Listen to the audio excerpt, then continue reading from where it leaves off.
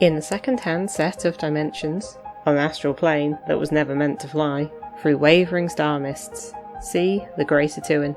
Drifting onwards through space, atop the shell of the world's turtle, are 4 giant elephants, upon whose broad shoulders rests the Discworld. Welcome to Dining Table Discworld. We're reading through the Discworld novels and discussing them at our dining table. Be aware there will be spoilers for the current book and others in the series.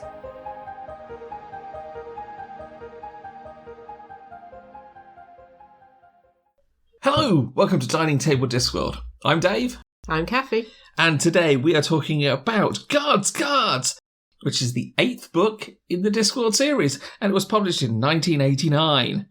So, Kathy, do you have a synopsis? Indeed I do. In Ankh-Morpork, the City Watch is a joke led by a drunk, who mostly keep themselves out of trouble. Then Carrot, the tallest dwarf on the disc, arrives and shakes things up with his idealistic naivete and powerful muscles. Meanwhile, a secret society of inadequate men plans to restore the ancestral king, or a king, anyway, by calling up a legendary dragon to terrorise the city. Captain Vimes, who has allowed his investigative skills to be drowned in drink, looks into it with the help of aristocratic dragon enthusiast Lady Sybil. The situation steadily unravels for everyone, except perhaps the patrician in the palace dungeons, as the dragon's power increases. Can a few idiots, an orangutan, the city's wealthiest spinster, and a reptile with a stomach full of rocket fuel save the city? It's a 1 in a million chance, but it just might work.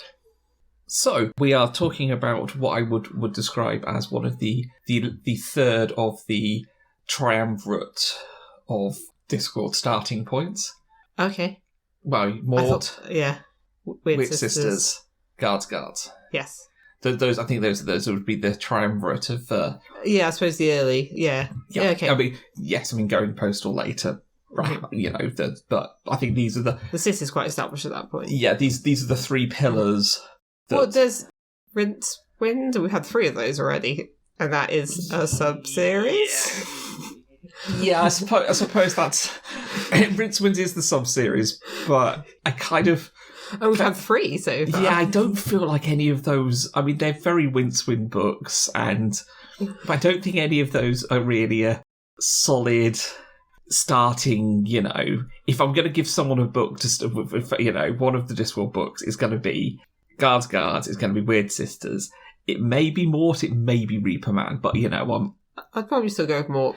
Again, I've not read Reaper Man in a long time. Yeah, we can have this discussion in a few books' time. Yes. Also, at some point we need to decide which Rincewind book people can start with, but I guess we need to read more of those. Yeah, but I've got to say, we talked about this before. Wouldn't give anyone the first 2. Sorcery. It's alright. It's alright. So at this point, what do you give them as a? I feel like maybe you want to get in something that's a bit more in the kind of core wizard cast, but then those feel later and it's not really a starting point. I mean, we get Eric. Eric is on. Spoilers, Eric's next. Oh, well, I guess we'll see how Eric So we'll see how Eric goes. Sure. But I mean... Don't remember that very well. I mean, obviously the downside of that one is it starts resolving the cliffhanger from Sorcery, so that might be... But anyway, that's next podcast. We are getting ahead of ourselves, but anyway. Guards. So, I'll keep waffling since I started. I will start with the hot take. Go for hot takes. I don't like Vimes at the start of this book. Yeah, well, the very first intro, I'm a bit like, all right. Well, in all honesty, I was a bit like, okay, boomer. I suppose we should really, before we go too far, our initial thoughts. Oh yeah, do you want me to cut that out and put that in again? Or? Oh no, we're professional podcasters. This is supposed to be how it is. I don't think we're professional. No one's paid us anything. Good point. So my first thoughts, one of the pillars of the triumvirate of Discworld, and I thoroughly enjoyed it. Might have been also helped by the fact that this was the plot of one of the Discworld computer games, which was a great computer game. Oh, so I never played this. So I loved it. And dragons, always good. Many other things introduced this book that was this. So really really enjoyed it. Good work. Right, what was your initial thoughts? So I read Men at Arms first, and I may have also read Feet of Clay after that, or I definitely... Guards was not the first Watch book I read. So for me, when I did read it, it felt like a bit of a step back. The main thing I think you needed to know from this one that gets mentioned in Men at Arms is that Vimes was an alcoholic and that Carrot arrived and was so naive he arrested the head of the Thieves Guild for thieving. Yes. And that's kind of it, really? So I read it and I was like, oh, everyone's further back than where they were.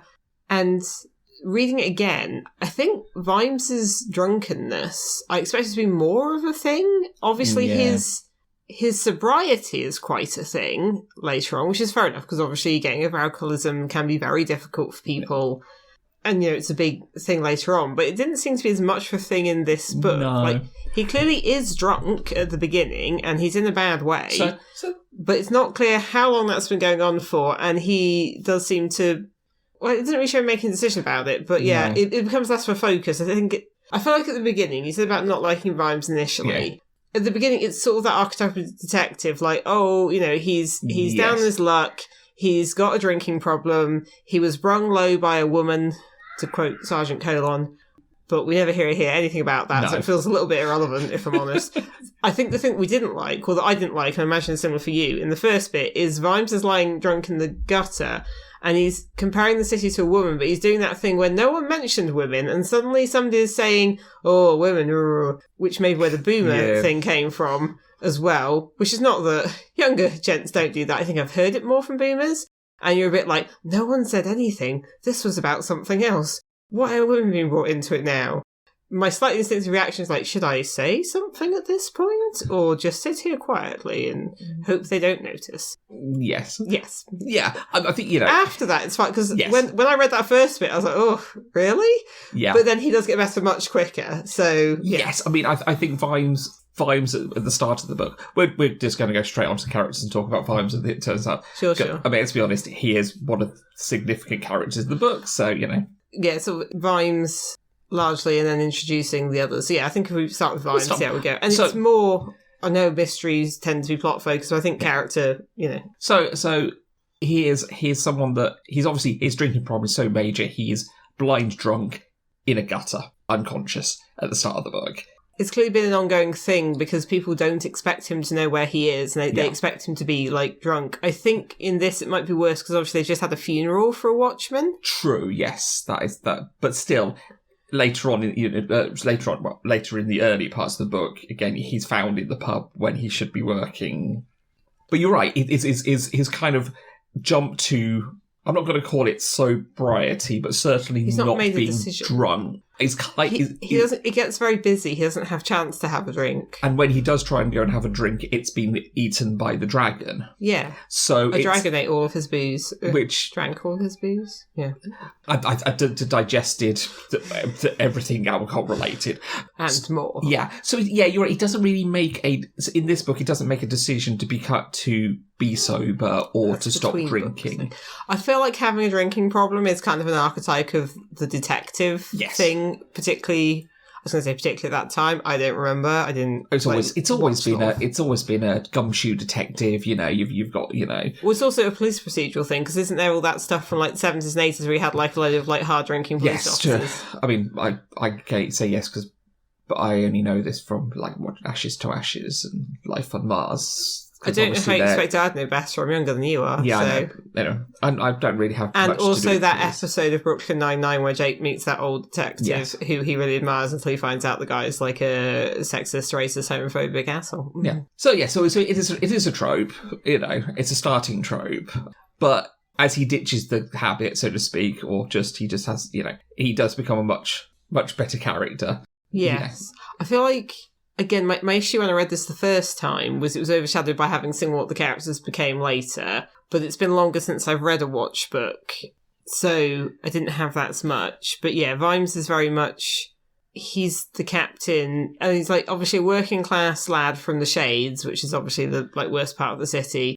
I say made good, made somewhat better, but kind of in a position where no one's expecting him to do anything, and everyone's like, well, these guys are kind of rubbish. Risen through the ranks, potentially because no one else wanted the job. Certainly the watch is And they call them it's the Night Watch. I don't even think they say that in this book. I was expecting they keep calling they call them the City Watch, don't they? No, they mention Night Watch in here. They don't mention the Day Watch, though. No, this is the thing I was going to say. That comes up later. I was kind of half expecting, because he just mentions the Palace Guards. Oh, he hates the Palace Guards. They've got plumes in their helmet. Which then reminds me of the whole thing between the Musketeers and the Guards in Three Musketeers, which is separate. But yeah, so, the Watch because the Thieves Guild exists as a, they've kind of streamlined the whole thievery thing. You can pay up front at the start of the year to get your robberies out and over and done with, or you can pay to not have them. But yes. It says the point that if there's going to be organised crime, it might as well be really organised for everyone's convenience. Yeah, and so the Watch has a bit of a strange position so far as they don't really have crime to deal with, because the Thieves Guild deal with if there's unlawful. There clearly is crime. Yes, but if there's unlawful thievery, the Thieves Guild deal with it. Yeah. There clearly is stuff that's crime, but the point is they stay out of the shades, which is the crime-ridden bit. And again, the idea is that everything's either the guilds, which are official and are kind of enforcing their rules on what covers their remit, or it's sorted out by the various gangs and groups that have rose prominence in the less good areas. And although this doesn't have the description of privilege in it, one assumes the wealthier bits are kind of dealing with their own thing. Yeah. And again, guardsmen are just people to be bossed around. Their job is walk around, ring a bell, and yes. I was about to say, they just stand there and say it's 12 o'clock and all is well. Yes, just don't ring it too loud. And then nip inside again. Yeah, it is the idea that you've got these kind of deadbeat characters. One of them's just died. We didn't see him, but he did seem to be trying to. He ran towards trouble. Well, he ran too quickly towards trouble. And the others didn't keep up with him. Yeah. So it does suggest there was still some idealism, because. So the thing we get, obviously there's Sergeant Colon and Corporal Nobbs. Colon is a guy who I think was a sergeant in the military previously. Yes. Again, very working class. He's on night shift. His wife's on day shift. They barely pass in the twilight, and they somehow managed to raise a family of 4 children and have a very happy marriage with barely kind of seeing each other. But I'd imagine that's why it's a happy marriage. That is implied, yeah.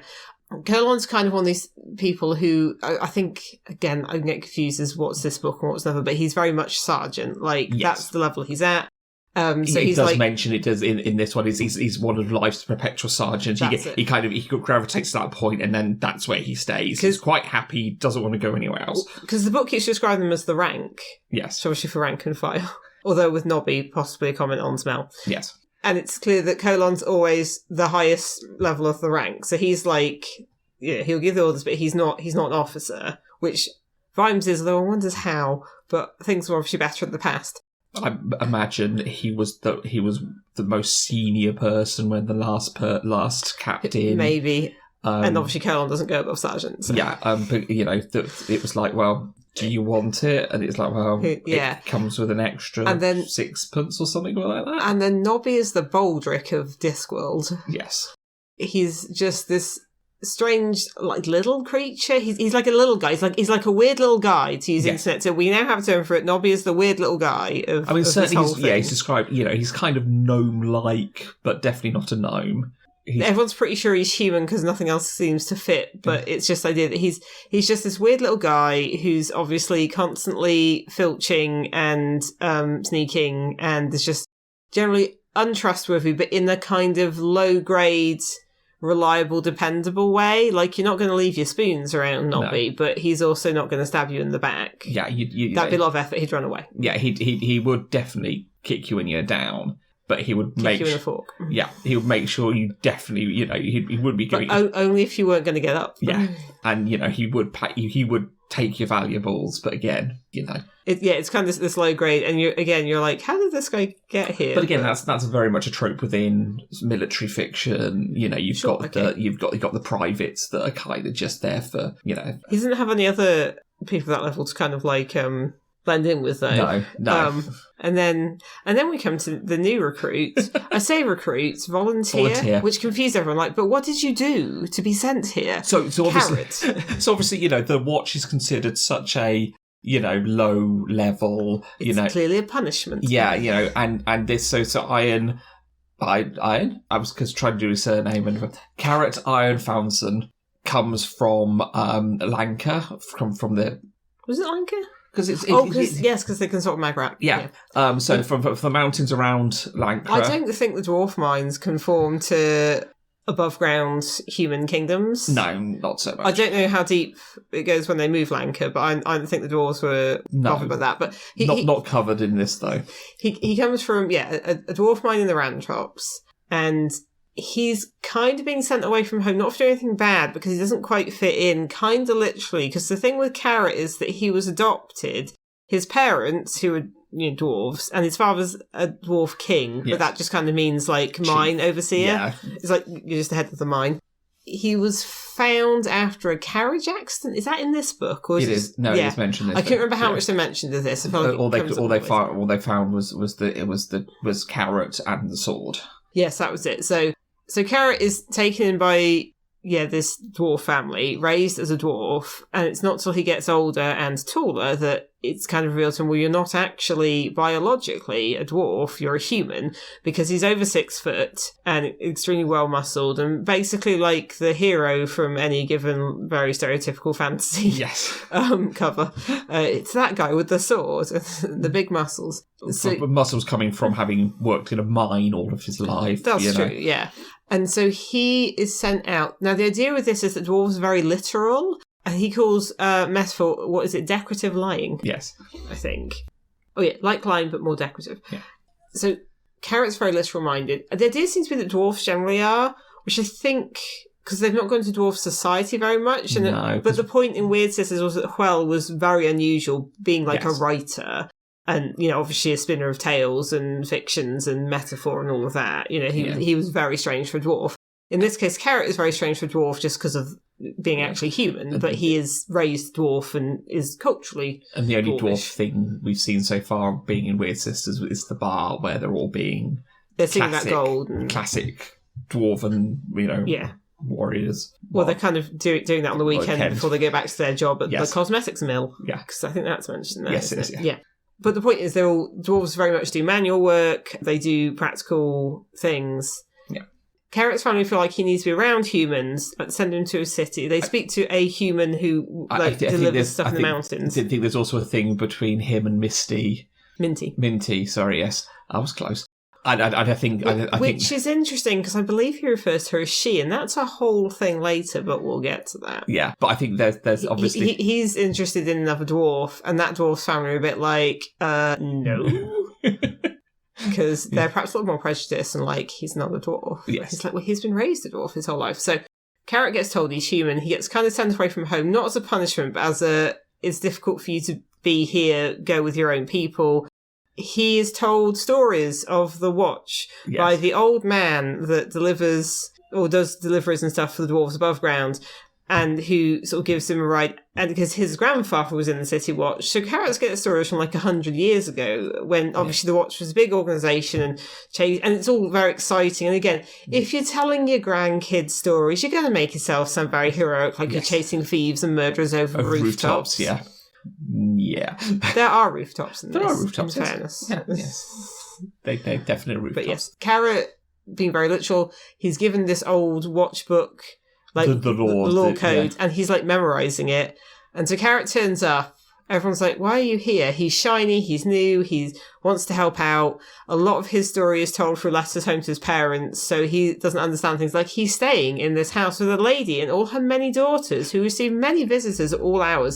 And they're surprised he wants to rent for the whole night, but after a while they're a bit like, oh, well, it's nice to have you around, I guess. Sometimes the visitors aren't very nice. And he's like, she must need many dowries for these many daughters. And it's like, yes, Carrot, all right, yeah. It's that whole, like, very naive guy has not realised it's a brothel. So, yeah, you get kind of that, naive fish out of water character describe stuff. And obviously, because he knows the law, because he has the book. As soon as he hears about the Thieves Guild, he goes and arrests the head of the Thieves Guild. Which causes a bit of a ruckus. Yeah. But yeah, so stuff like that. And yeah, again, he's very literal-minded. Sometimes people will say things and they'll take it literally, and which, I mean, is a thing that happens sometimes to people anyway. Yeah. Yes, those are kind of like the main Watch characters. And then, I mean, the book actually starts with the baddies. Yes, we do. We do. Which is dragon. And if you've played the Discworld game, then you know what I'm doing there. I was, slightly confused by that. Yeah, it's how they summon the dragon in the game. Is they just standing around attracting dragon. Okay. So, yes. So the Elucidated Brethren of the Ebon Knight, which is one of what turns out to be various secret societies in Ankh-Morpork. This one is about 5 or 6 guys who are these sort of... Well, they're led by a guy called the Supreme Grand Leader. Grand Supreme Leader? He's Grand Supreme Leader, yeah. So. Who, is basically using these, useful idiots. So, and the whole point is he's looking for these inadequate, angry, petty little guys. So, this is the Grandmaster thinking to himself. It's like, give him the ones in which floods of venom and vindictiveness were dammed up behind thin walls of ineptitude and low-grade paranoia. And they're also described as having mean-minded resentfulness. And the point is he plays on their feeling of the people who have things better than me, why not me? Things aren't right. And to just, get them involved in this whole thing. I'm sure we all know people like that.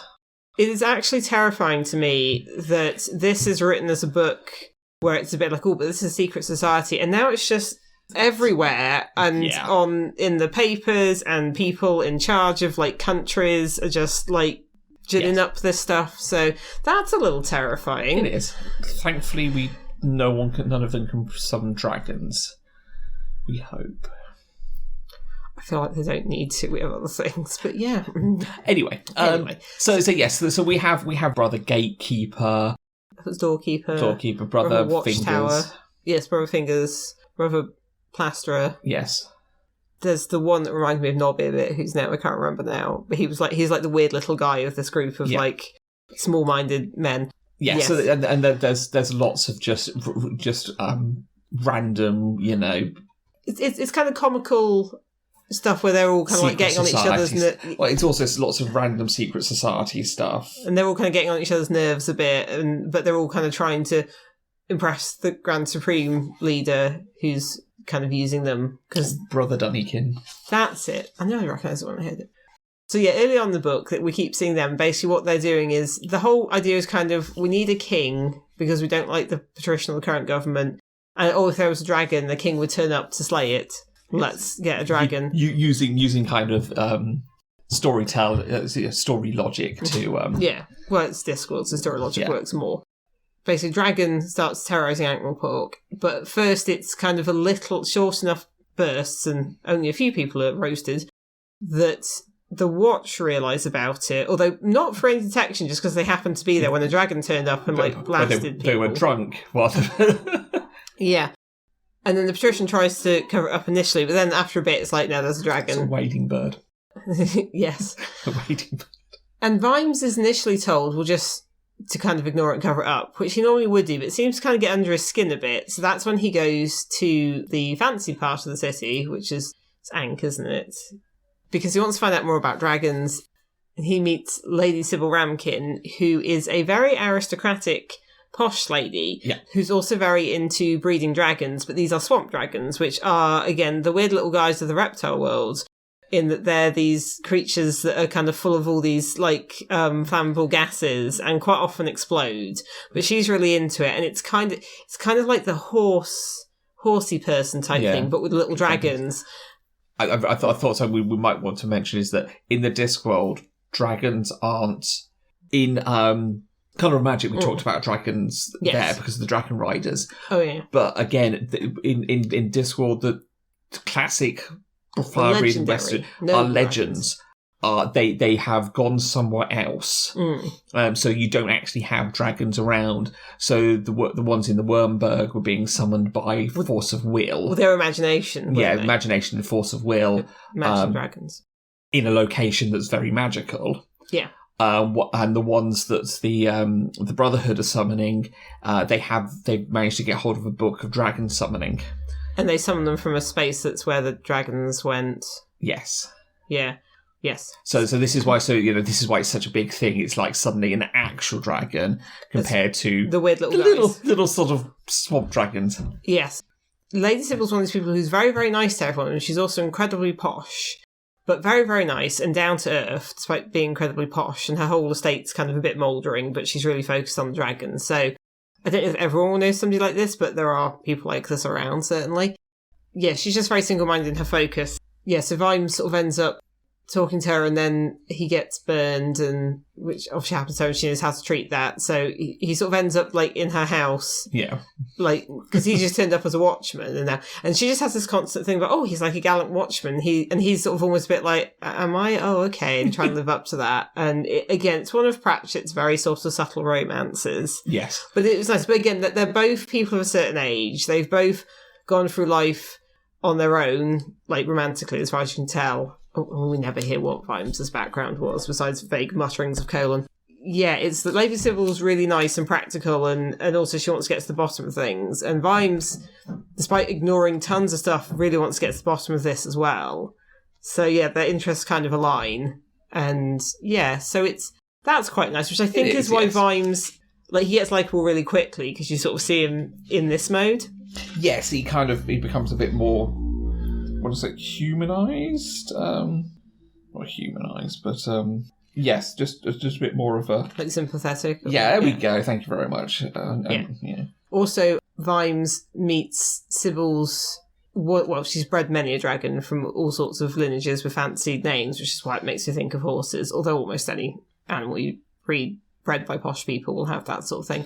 But one of them, who ends up being called Errol, is like a weird one. He's a bit of a run to the lister, and he doesn't seem quite... Normally has these massive nostrils, and we actually have a picture of him that I colled in some years ago in our hallway, which I guess we could put on. Yes, we will. on something. And she ends up giving Vimes Errol kind of as a pet, and then he becomes like the watch mascot. Yes. In the meantime, the dragons go around burning bits of the city. Everyone's like, what's the patrician doing? They throw him in the dungeon because he's not dealing with it. Some monster hunters show up. They're not that interested because the pay isn't very good. There's randomly a Beowulf reference. Well, because the pay for traditional dragon slaying is half the kingdom and the hand of hand of the princess. And there's not a princess. So. No, the patrician has an aunt over in, was it Quirm or Stolat or something? Yeah. But she wasn't interested. No. I did quite like, there's one bit, I just realised, when Lady Sybil mentions, it's when Vimes loses his job for a bit, and Lady Sybil's like, oh, she saw that the couple over in Stohelic could use yes. They're a nice young couple, I'm sure they could use a guardsman. Yeah. And I'm like, oh, she knows more than Isabel. Because posh people know each other. Yeah, so Lady Sybil's... I really like Lady Sybil. Yeah. There's this whole thing. So in Weird Sisters, we had the Duchess, who was this, like, horrifying woman, and she's described as very big. And it's kind of more a description than, like, a criticism. Lady Sybil is also clearly a big woman. She's tall, she's statuesque, however you want to call it. She's very forceful of personality. Here we go. And a lot of that is kindness. Sybil is a towering big lady with a mass of chestnut hair. The Ramekins have never bred for beauty, they're bred for nobility, a healthy solidity and big bones, and Lady Sybil is a shining result. Yes, so she's probably years of aristocratic. I thought I've got to say the picture. Well, I'm currently referencing the Ultimate Discworld Companion. Okay. I mean, the hair's kind of, at least at this point, is a wig. Yes. Like, she has a few different wigs, because again, she breeds very flammable and explodey dragons, so her hair's a bit singed off, so she does tend to wear a wig. But yes, Sybil's amazing, because at one point she's basically face to face with this dragon, and having dealt with little dragons the whole time, this one, which is, how big is it? It's like as big as a square or something. Huge. It's like a plaza. Yeah, it's not. She stands in front of this thing, and its head is as big as a horse. And she just does what she does with the little guys she has around all the time, and is like almost like tapping it on the nose with a newspaper and saying, no, bad, And I just have this picture of her, because at that point she's wearing is she wearing a nightie, or like she's wearing a fancy ball gown or something? And then this dragon is just in front of her in like this square, like right in front of her face, and Vimes has to pull her away. That's at the coronation, when the dragon turns up at the coronation. Yes, because so what happens is a king, who is never named and is just some lad from a different city, who somehow is also related to the Supreme Grand Master. Yes. Shows up, slays the dragon, and this is what gets Vimes going, because the slayed dragon, it didn't explode, there weren't chunks of it everywhere, it just disappeared. I don't think there's even Ash, like a vampire in Buffy. No. But, and everyone's like, oh, this guy's the king. And this gets into one of the bits of the book about class, because suddenly everyone's like, oh, kings, we're going to have a coronation, we're going to have a king. And a lot of the Watchmen are like, I'm sorry, what? See, they haven't given Vimes this family history yet. Not I think yet, no. So Terry fills it in later, but Vimes and also Colon who are very much kind of like, these working class guys are very much like, what? We don't need that. But yeah, 100 years, they haven't had kings. They've had various patricians. They may have had some of the governments along the way. Who knows? It's Ankh-Morpork. You could see it. And so everyone's like, oh, the king. And this guy's name is never mentioned. Everyone's like, we've got Bunting. There's Bunting everywhere. There's Bunting. Which, considering we had both the death of a monarch and then a coronation here, I was a bit like, oh, God. Because the Bunting was everywhere. So and all the Bunting. Children got given like a soft toy and a book. No, because we had the Jubilee, yes, and then the death of a monarch, and then the coronation. So It's just been years of Bunting over here. Bunting. I think they're trying to distract us from a lot of stuff with Bunting. Yeah, Bunting, that's not working. So I feel like that struck a bit more now than it did back when I read it, when we hadn't had. Yeah, such. I mean the point is the king is such a non-character. Non-entity. He's not even given a name. He's not. It's just the king. And to be honest, we never actually see him. No, it's just people just describe what he did. Yeah. So because we our point of view is that never even at the coronation, the point of view we're reading is so far away. Yeah. Can't really see what happens. Yeah, we don't really. Yeah, it's interesting because like Colon's there saying he doesn't like it, but his wife's really into it. So he's a bit like, oh, okay. And Vimes is just very much against it. Like, why? This isn't one of the ones where these books tend to have a whole rant about kings at various points. But yeah, it's just the idea that a king will turn up and everything will be great. And it's like, well, that's not how it works. Not really how leaders work. No, but it's fine because then the guy gets eaten by a dragon. Yes, and then the dragon becomes king because that's how monarchy works. You eat the previous one. Oh dear. Gone to a dark place, I'm sorry. I think what happens is they put the patrician in the dungeon. The guy they said was going to be king has been eaten by the dragon. Do you argue with the dragon if it wants to be king? Well, this is the thing. The dragon's in charge now. And it's like, oh, okay. So before that, part of what happens with that is, so the elucidated Brevlin were summoning the dragon, and the Supreme Grand Master said they could control it. But then it turned out the dragon figured out how to get into the real world on its own, and then it was quite angry. Yeah, so it didn't like being controlled. Yeah, so what happens is actually at one of their meetings, the dragon comes out, so Brother Fingers has gone off to get some pizza, and the dragon returns, and it's angry, and he comes back, and has anyone seen that gif from the episode Community where Troy comes back with the pizzas and everything's on fire? It's like that, except that everyone would be a pile of ash, so a little bit darker. Yes, but when I read that, it was like, oh, I recognise this GIF. And it's Brother Fingers with a pile of pizzas and just this trashed meeting hall, which it kind of viewed as a village community centre, is kind of viewed kind of those kind of like community. I kind of thought it was like the back room of somewhere. Yeah, but still, but basically just on fire. Yes. So only Brother Fingers and the Supreme Grand Master. Yes, survive. Yes. The thing is, the Supreme Grand Master is in it from the beginning, and we get his viewpoint, but we don't quite know who he is. So that's kind of one of the mysteries. It's interesting because the whole thing with Vimes is that he's investigative in later books. In this one, it almost seems a bit like he's just gotten a bit curious.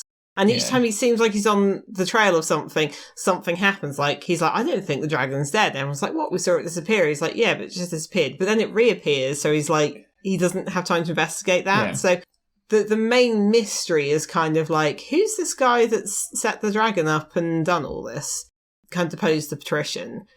The dragon has knocked a load of the walls down in the palace and is basically kind of hanging there upside down like a bat, while a load of gold is made into a big hoard. Small amount to start with. I think it's still a reasonable amount. Mostly gold-plated.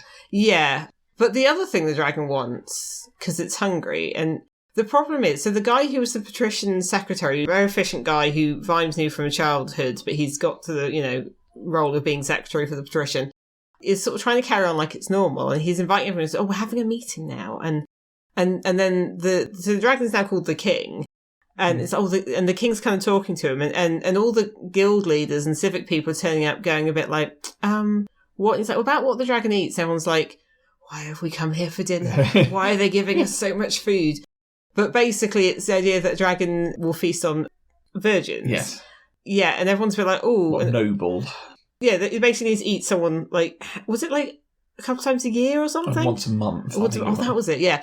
And it's this thing, and I've seen it in, that Torchwood Children of Earth thing does it as well. This idea of, like, these people who are these civic leaders and think themselves very reasonable and sensible, serious men, are suddenly confronted by this massive power going, we just need you to sacrifice people. And the first like, oh no, this is abhorrent. And then it's a bit like, there really is nothing you can do. And it's like, okay, well, I guess we'll like talk this round. So then what happens is the Watch have to go out and announce this. And it's interesting because Colon is initially a bit like, and he's a bit like, oh, the dragon won't do it really. And Nobby's like, I don't know what's there to stop it. Which is so relevant now. So these people in charge, they won't, it wouldn't do that. And Nobby says, I don't see what's to prevent it, do you? And this is the thing. Now, people are like, oh, well, the people in power aren't really going to take away all our rights and make life terrible for, like, thousands and millions of people. And it's like, what's stopping them? They'll do it if they can. If it benefits them, yeah. Or if it's what they want. If it fits with them. If it fits with their ideals. Oh, no. It can also be if it makes them a load of money, Dave. Like, what? That's their ideals. The ideal is a lot of money. Anyway, so yeah. So at first, Colon's, announces in the street, and he's like, oh, I'm just a messenger, and everyone's getting really angry, and then Colon's getting into it, and he has this great phrase, which is, the people united can never be ignited. Which is lovely, because Colon's kind of being a rabble-rouser, but as people are talking, and the people themselves, and this is a thing, it's so much about, like, dictatorship and power, and it feels far too relevant now. These books keep doing this. Yeah, they do. Yeah, they do. And at first people are like, oh, no, we won't stand for it. Oh, and then something's a bit like, but what's the alternative? Are we just all going to get burned? And everyone's like, oh. And then people sort of like talk themselves around to it. And someone's like, oh, you don't want your daughter, And someone's a bit like, yeah, but what about... And then suddenly the people... And Colon's still trying to go, the people united. And at first people were really keen. But then, does the dragon show up at that point? It just flies over or something. Everyone's a bit like, we don't know this guy. Yeah. So yeah, it's just the show of power, and people are kind of pre-doing what the dragon wants. It's kind of like pre-censoring, or like something doesn't even have to be a law yet or enacted, but people say, oh, well, this is coming, so we'll, people are very flexible and adjustable, which is kind of good, but also bad. Yeah. So yes, I just quite like that sort of whole phrase that Colon comes up with and then quickly abandons. And then I guess the main other character that we haven't gone into is Veterinary. No? Oh, of course, the librarian, yes. Okay. Okay. I wasn't sure what order you're doing. Okay, I'll do the librarian. More important one, the most important character out of the entire book. If you work in library services. Okay, that's true. So we see a lot more of the librarian in this book, which I'm always a fan of the librarian. Anything that is more librarian inclusive is yes, yeah. And we get to see so the librarian, because obviously the Book of Dragon Summoning has been stolen from the library in the Unseen University. Because Brother Fingers used to work there. And he is not happy about it. Yeah, so he goes to the Watch. Just goes to the Watch, which, and try and gets them to try and help. But unfortunately, the Watch does not fully understand the severity of this situation, because someone has stolen a book. They're trying to deal with the dragon burning people. And someone's stolen a book.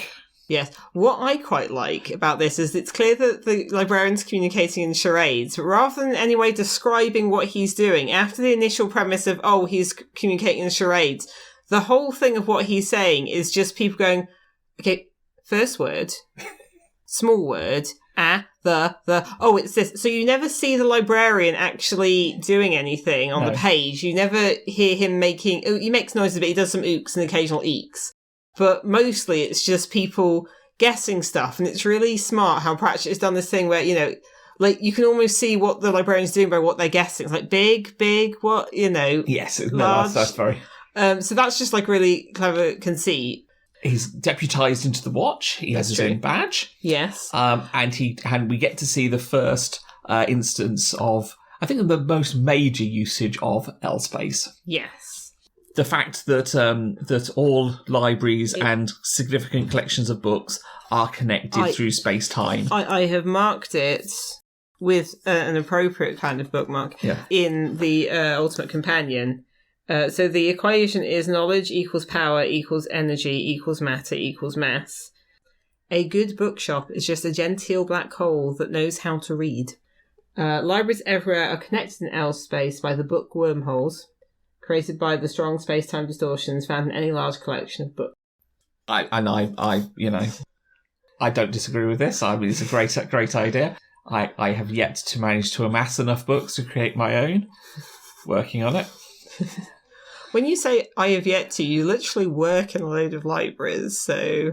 Yeah, but we kind of... I mean, the library at my workplace has a lot of books. Like, they want to describe how many miles of shelves they have. I know. We simply can't... Even Library of Birmingham, we haven't quite amassed quite enough there yet. So this is the first, instance of an usage of L space, and so it's interdimensional as well. Well, it's a temporal...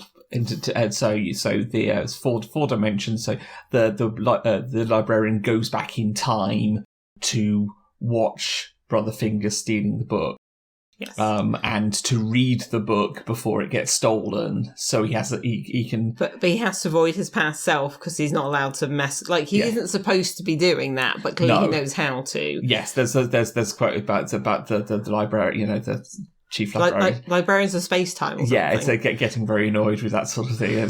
Yeah.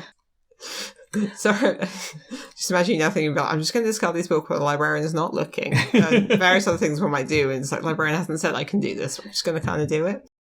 The watch sort of become more interested when he points out that, he explains that the title of the book is The Summoning of Dragons. Yes. And it's like, suddenly it is relevant to their inquiries. Yes. I don't know why it wasn't relevant to start with. Someone had stolen a book. They were just so distracted by the dragon and maybe the king. I mean, to be fair, I'm not entirely sure that the Unseen University Library is a bit strange. I mean, obviously, it's magical, but they've got to have some sort of lending criteria there. It's just Brother Fingers didn't obey it.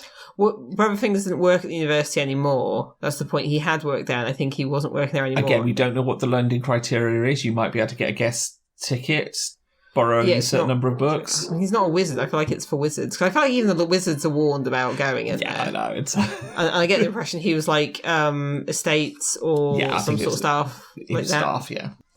A librarian, yay. That's fine. Should we do the patrician now? We should mention the patrician. I feel like last time we saw the patrician anything, he was there very briefly, then he was turned into a lizard, and then he was under the care of the librarian for a while. We don't see Waffles. I hope Waffles is alright this whole time. I think something's mentioned about that. Is he? I felt like he wasn't mentioned. Hang on, we're referencing, I don't, because yes, I mean, Waffles was an old dog to start with, but, I'm hoping... Well, we know he's around later, but I just don't think he's mentioned in this book, although he was obviously in Sorcery. Yes. So the Patrician of Ankh-Morpork is currently Lord Vetinari, who is this terrifying Machiavellian figure, but in a very sort of civic-minded way. It's not about power or money for him. I think he already has access to those, but he's kind of shapes the city in such a way, and it seems like the City Watch aren't really important. Like, he's the one who says that they're idiots led by a drunk or something like that. He's very derogatory toward them at one point. But yes, it shows him kind of planning things and kind of like running meetings a bit, and then obviously he gets deposed and he's in the dungeon. And then when Vimes starts looking into things too much and upsetting the Dragon King, Vimes is thrown in the dungeon as well. Yeah.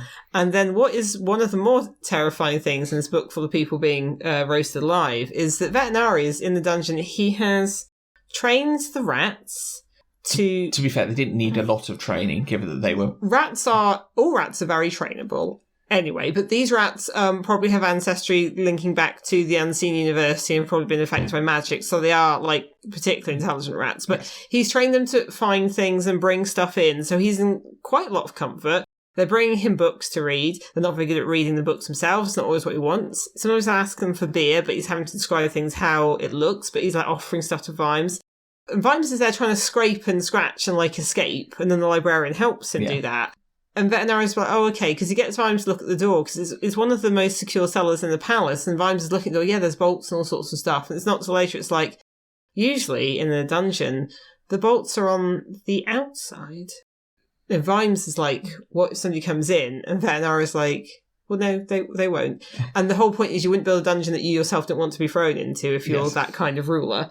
But it's interesting because at one point, Vetinari is sort of talking to Vimes about how he views the city and how he views human nature. And I think a lot of it's going over Vimes' head, and Vimes is still treating him as the boss a bit, to an extent, and also a bit like, this is not the time for this. But it's interesting. Vetinari's view is a little bleak and pessimistic, but I think it has... It kind of seems resigned about how humans are. So there's stuff, he says there's a sort of mass-produced darkness of the soul. It's like, people accept evil not because they say yes, but because they don't say no.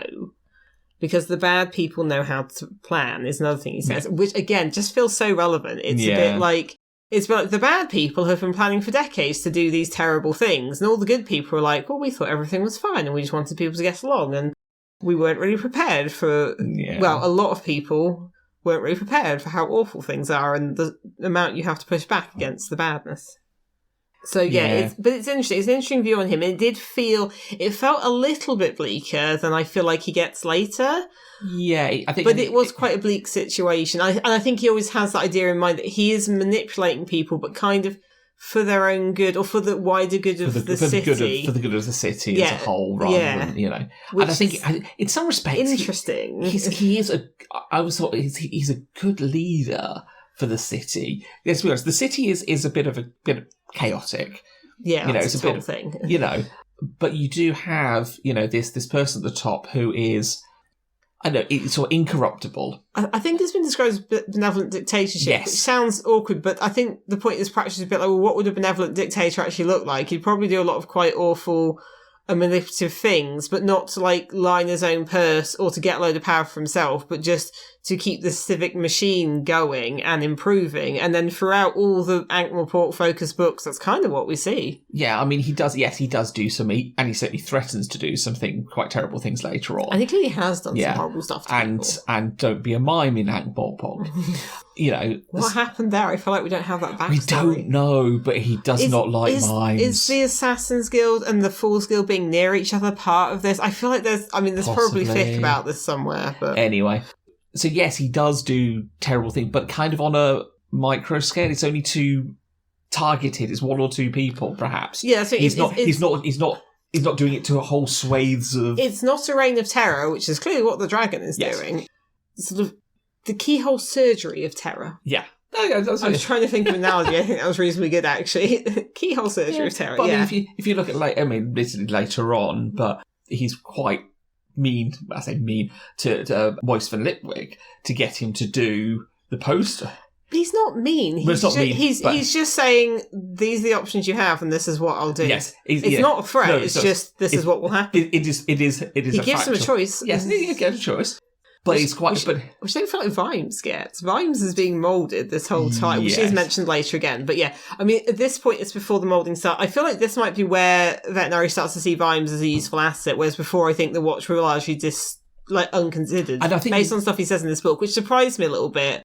I feel like, this is perhaps where he starts to pick I think through resource. All this, because obviously the Watch in its ineptitude manages to save the day. Yeah. Kind of. Well, yeah, we'll do that in a moment. But yes, that's why I kind of want to mention the patrician at this point. And it's just interesting because everyone in the city is absolutely terrified, rightly so. And the only person who seems calm is Vetinari, who's, sitting there in his dungeon. His palace has been destroyed above, but he's calm. He knows what's going on. He's kept up to date. He's being fed by rat servants. It doesn't sound the worst, but yeah. So shall we go on to the saving of the day? The dragon, it's flying about. And again, one of the things that Vimes and Sybil notice a lot is that the dragon doesn't make any sense. Something that big shouldn't be able to fly. Yes. How can it make fire without burning itself? The whole point is dragons are legendary and they don't make any sense, as opposed to the little guy swamp dragons. They have all these conversations and, and actually Vimes gets, Colon Nobby to do a bit of an actual investigation, asking about things and trying to find stuff out. And then the Summoning of the Dragon books comes up and it's clearly somebody this hasn't just randomly happened, somebody is behind this. using sort of storybook logic again, like, I think it's Carrot talks about how old dragons have a vulnerable spot. Vulnerable spot, yes. A vulnerable scale. Yeah. But it might be tiny on something that, again, is as big as a plaza. And if you shoot it there, and it's mentioned earlier, but Sergeant Colon's a very good shot, and he has a lucky arrow. And so they're like, right, well, if we stand on the rooftops, we can shoot down. Because the whole thing is that Lady Sybil ends up being taken away by the palace guard because she's the first sacrifice. Because she's the wealthiest woman in the city, so she's very impeccable breeding, and also unmarried, which they've decided probably close enough to virgin. Yeah. So she's kind of being a sacrifice. Again, at one point it's pointed out that, Sybil is like, one of the most aristocratic people and they're the rank. But they all quite like her. Even Nobby is not stealing her spoons. No, exactly. And she just sees everyone as like a jolly good chap. So, it's kind of nice while the class consciousness is still present. Yeah. But yes, so they're like, oh, we'll do this. And then they suddenly get into, it's a 1 in a million chance, but just might work. And it's like, wait, is this a 1 in a million chance, though? And they're like, maybe it's only 1 in 1,000, and those never work. So then the Watchmen are on the roof, kind of trying to think, well, how do we make this more unlikely so the odds are better in our favour? So they have Colon. What is it? He's got one boot. He's standing on one leg. He's got one boot on. He's got he's got a boot in a chamber pot. He's got something on his head. He's knocking the arrow, and then it's just a ridiculous in trying to kind of engineer this kind of idea of a 1 in a million. They're just making him do slightly just ridiculous things, which doesn't really make it a 1 in a million chance. It makes it just ridiculous. But I mean, it's quite a good joke, Because obviously we're dealing with the Discworld, which is magical, where 1 in a million chances happen all the time. So they're at least cognitive enough of the cognizant. That's the one. Yeah, they're cognizant of the narrative rules of the universe. To try and engineer it, but unfortunately, doesn't quite work for them. The dragon sees them.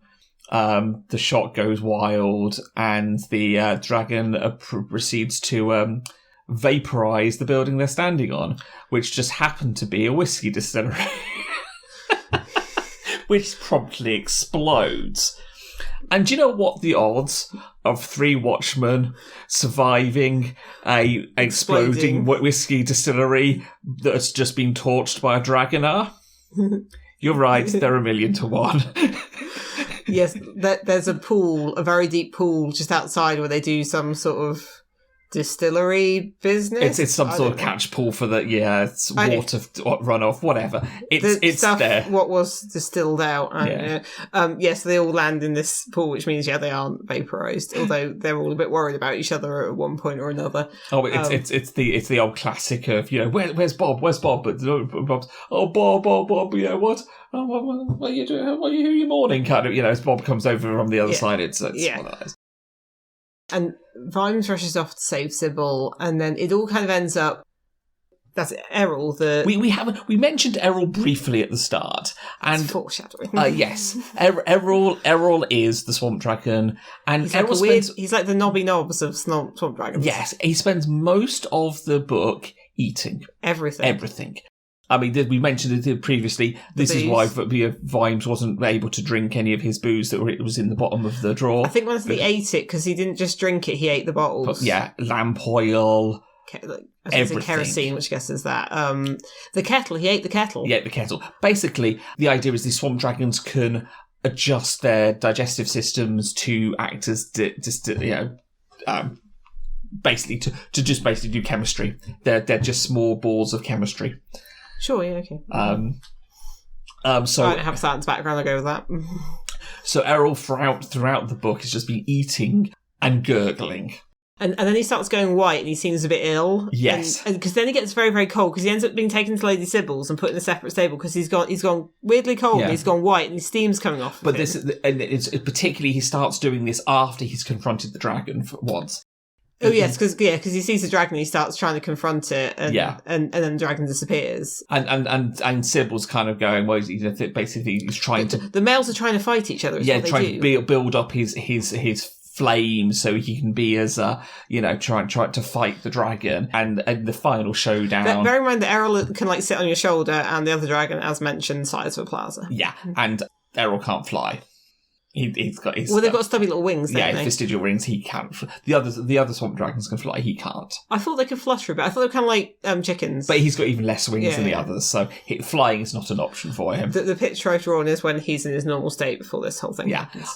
So yes, the final showdown is happening. It's Vimes and Sybil. Versus a dragon. Versus a dragon. I had quite a clear picture of that scene. And then you just kind of hear this noise coming from a distance as Errol comes rocketing, quite literally, to the rescue. Turns out he was cooking up jet fuel in there. Yes. and so yes, he starts basically being a small rocket-propelled dragon. And he's flying all around the big dragon, kind of they think it's taunting it, teasing it, and then he flies off and dragon chases it. And then Sybil's looking and she goes, oh, because that thing has happened again. It turns out the big dragon, who was most referred to as the dragon or the king, it's female.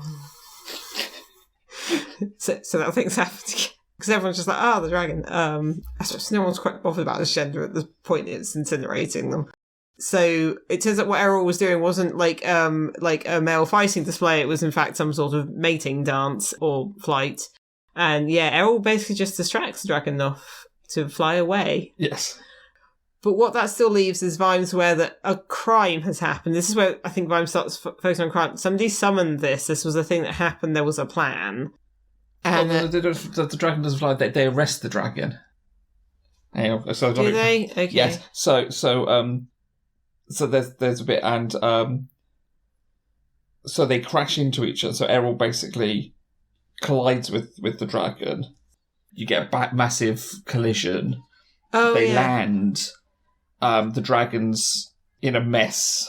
Is this before they realise it's female? Yeah, okay. And then yes, because Lady Sybil's going, you've got to stop them because they'll kill, because they fight to the death. Vimes, Carrot goes and arrests the dragon because he's already arrested. Yeah. Carrot tries to arrest almost everyone because very few people at Morport aren't breaking some sort of law that existed in the last several hundred years. It's not taken to the cells while given a trial, is it? It flies off. That's the end. But they're kind of, and with Sybil, I keep trying to call her Ramkin.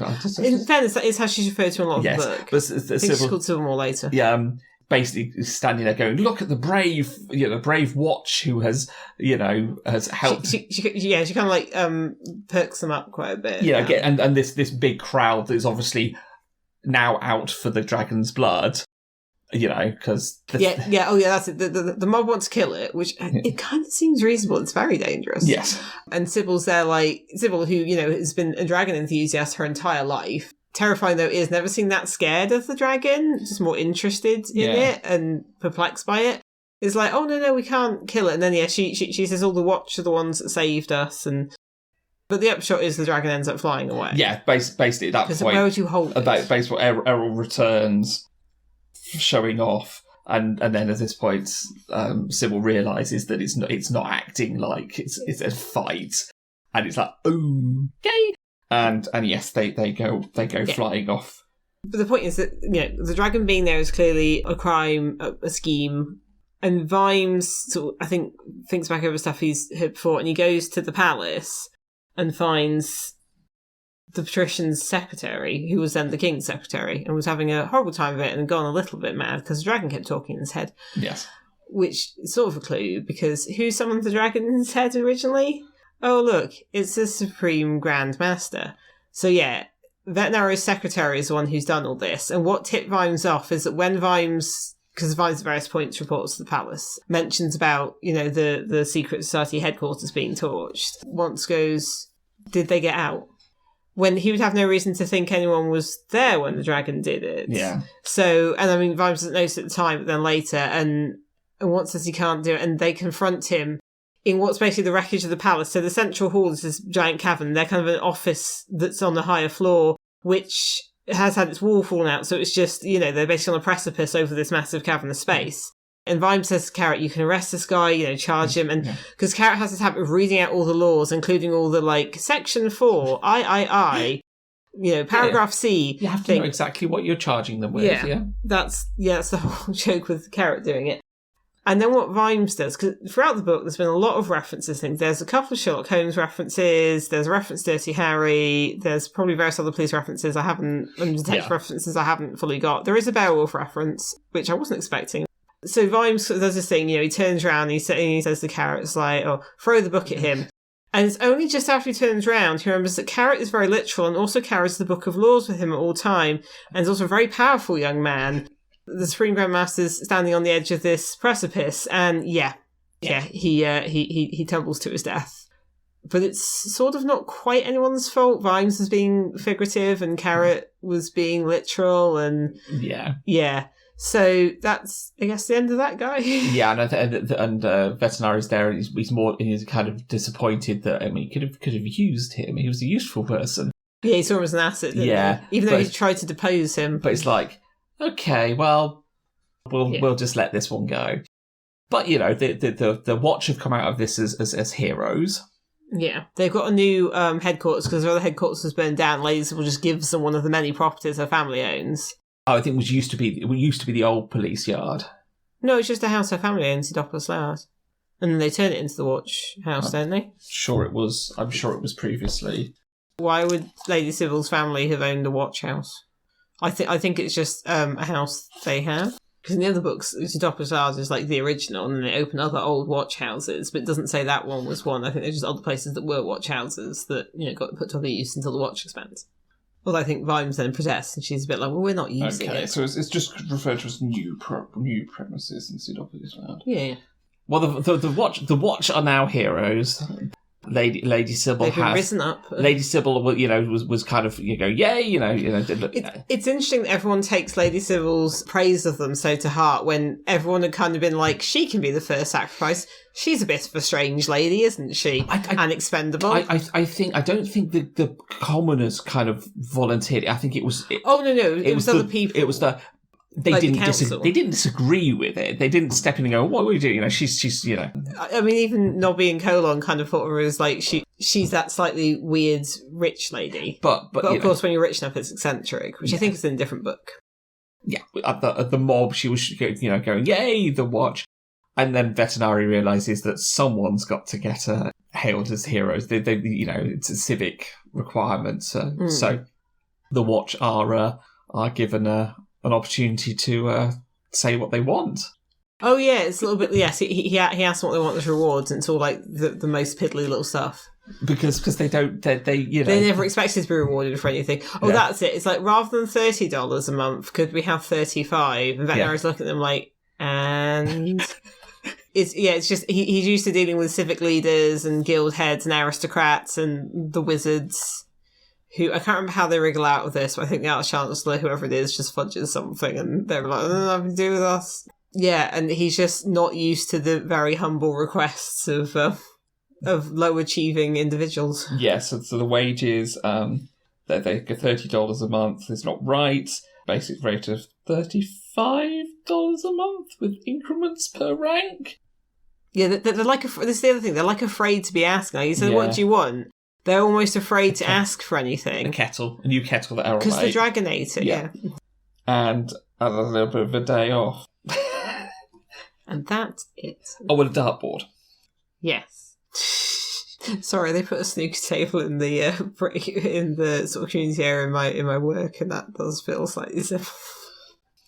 Yes, it's this idea that Veterinary is always waiting for the what is it you actually want? It's like no, just and this is the thing.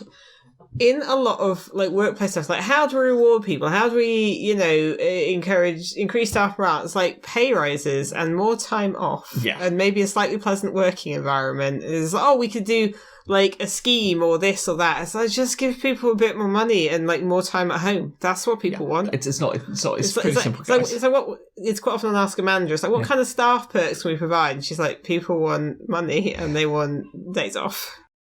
Keep it simple. That's all it is. So, but anyway, so end of it, and obviously at the end we see Sybil and Vimes attempt to date. Oh yeah, that's very sweet.